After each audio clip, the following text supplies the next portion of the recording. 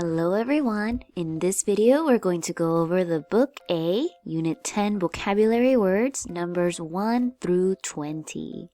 Let's get started! Our first word is anxious. Anxious is an adjective, and when you are anxious, you are feeling worried, nervous, or afraid about something. For example, she was anxious as she waited to see the doctor. Some people are scared of seeing a doctor, so it can make them feel anxious. When you are anxious, you probably look like this. Maybe you are biting your nails, or you are hitting your head because you're worried, or your heart is beating very fast and you're sweating. All of these things are signs that you are anxious, that you feel nervous, or you feel worried. When is a time that you have felt anxious? Our next word is chatty. Chatty is an adjective, and someone who is chatty is someone who likes to talk a lot. For example, he's an awfully chatty fellow, so I avoid him if I'm in a hurry. And a fellow is just another way to say guy or boy. So someone who is chatty is always talking, and usually that's not a good thing. Someone who's too chatty can make the other person feel tired, especially if they are in a hurry to go somewhere or if they are busy. Do you think that being chatty is a good thing or a bad thing? Our next word is creak. Creak is a verb and it is a squeaking noise. For example, the chair creaked when he sat down in it. Or her bones creak when the weather is cold and damp. Some things that can creak are usually very old, for example, stairs. Sometimes when we go up some stairs that are made of wood, if they're very old, they will make a creaking sound. Or also some doors that are a little bit old can make a creaking sound when you open them. A creaking sound sounds like this.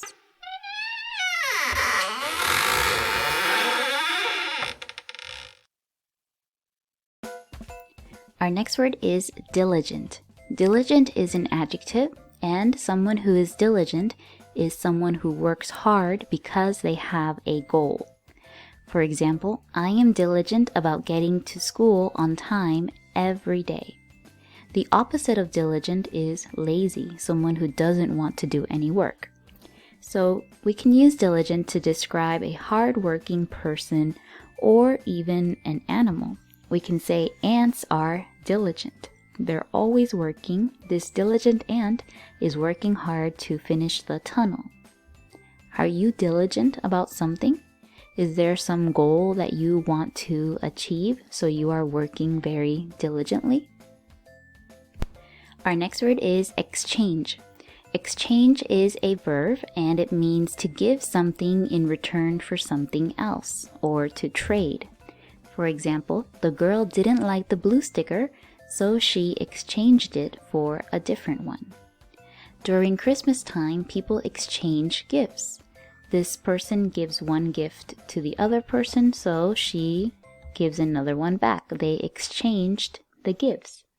And anytime that you buy something, you are exchanging your money for the thing that you want to buy. That is exchange. Our next word is footprint. Footprint is a noun, and a footprint is a mark pressed by a foot onto a surface, such as a step in wet sand or a print left by a muddy shoe. For example, I was lost, so I followed my muddy footprints back to my car. And this is what a footprint looks like. It's just the mark that you leave with your feet. And we can leave our footprints in different kinds of materials like sand or mud. Our next word is frequently. Frequently is an adverb, and we use it to talk about how often we do something. Frequently means you do something many times. For example, he is afraid of germs and washes his hands frequently. And when we talk about frequently, we talk about 80% of the time we do that thing. So it's not always it's not usually, but many times. We can say frequently. It's very similar to often. So I can say I frequently wash my hands, or I frequently brush my teeth, something that you do a few times every day, or something that you do a few times every week. Our next word is friendly. Friendly is an adjective, so you can use it to describe a person. And someone who is friendly is pleasant towards others. They are kind to other people. I try to be friendly toward people that I don't like. Our town is a friendly place. In this sentence, this person is trying to say that they always try to be kind even if they don't like someone. That's a very good thing to do. Someone who is friendly will share their toys, they will play with you, they will say kind words to you. That is a friendly person. So I can say the friendly boy shared his toy with his friend. Or I can say all of the students in the class were very friendly towards the new student. Our next word is impatient. Impatient is an adjective, and we can use it to describe someone that's not willing or able to wait calmly. Someone who has a difficult time waiting is called impatient. For example, after waiting in line for 20 minutes, he became impatient. He couldn't wait anymore. Just like this boy here.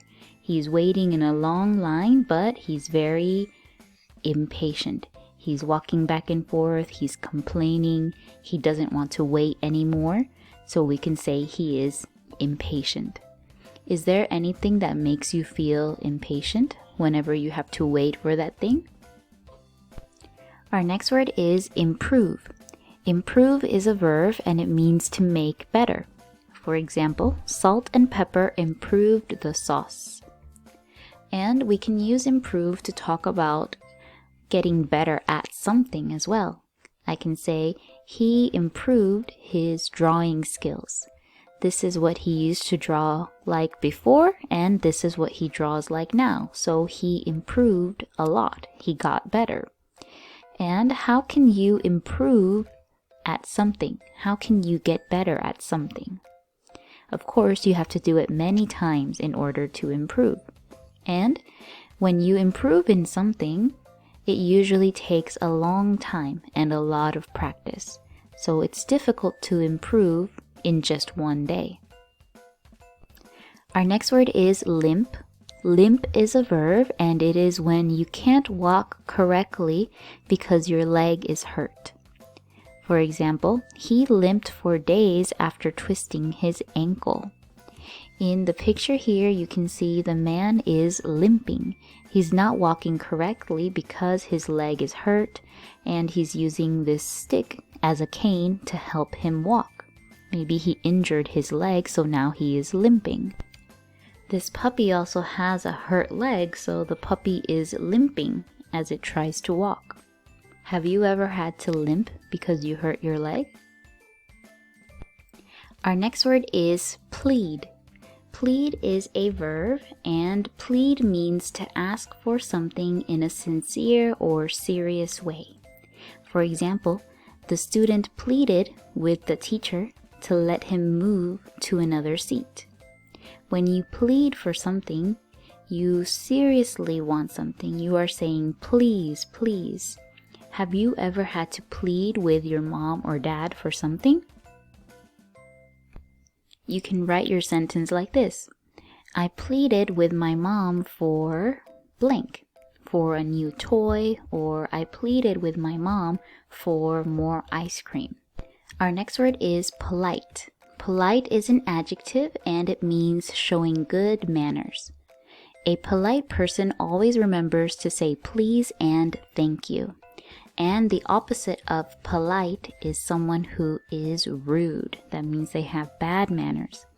When you are polite, you say kind words like thank you, I'm sorry, please, or excuse me. Also, someone who is polite will open the door for other people, or they will help people carry bags. They will share their things with other people. They will say good morning, or they will give their chair to someone who needs to sit down more than they do. That person is polite.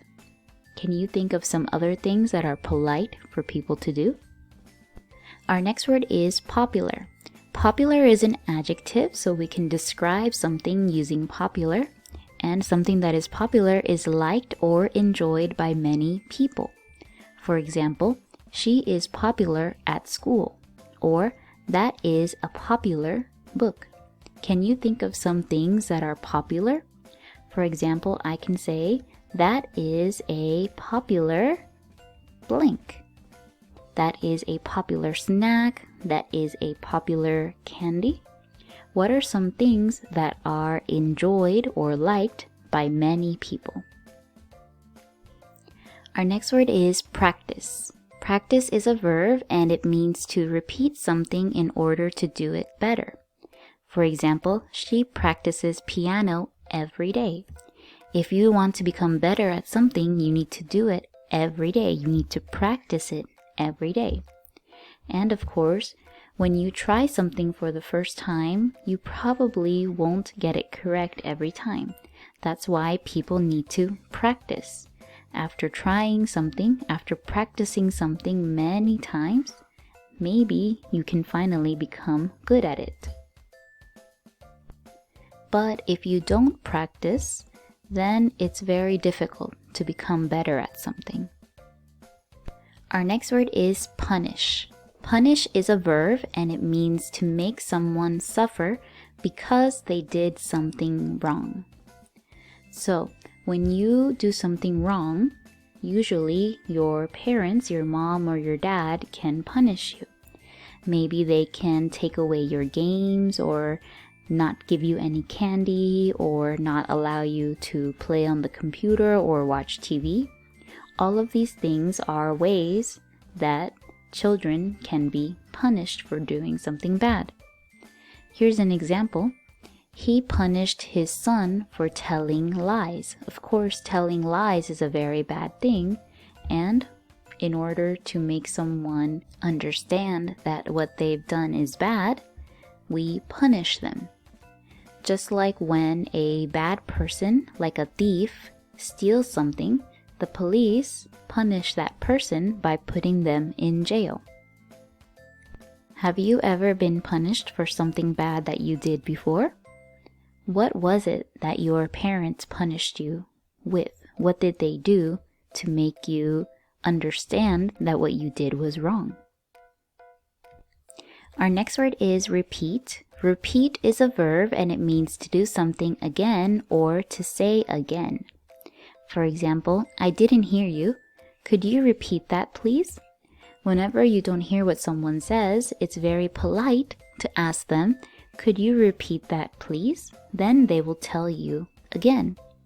And repeating things is important. It's similar to practicing things because when you try something, the first time you try it, maybe you're not good at it, so you will fail.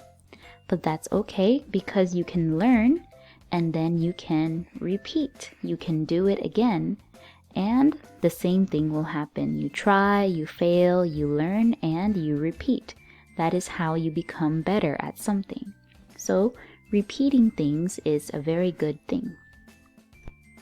Our next word is result. Result is a verb and it means to happen because of something. For example, his blindness is the result of an accident. Or I can say my stomach ache is the result of eating too fast. Why does my stomach hurt? Because I ate too fast. The thing that happened, my stomach ache, was because of something else, of eating too fast. Or I have pain in my leg, so I can say the pain in my leg is a result of running too much. Our next word is trust. Trust is a verb and it means to believe that someone is good, honest, or able to be depended on. For example, It's important to have friends that you trust. When you trust someone, you believe that they are good or that they will help you. This man trusts these people to help him cross the gap in the mountain. Or, would you trust someone enough to fall back and let them catch you without dropping you? This man trusts that these other people will catch him and he will not get hurt. Having trust in someone is very important. Can you think of someone that you trust? Who do you think is good, honest, or someone that will always tell you the truth? For example, you can say, I trust my mother and my father, or I trust my friend.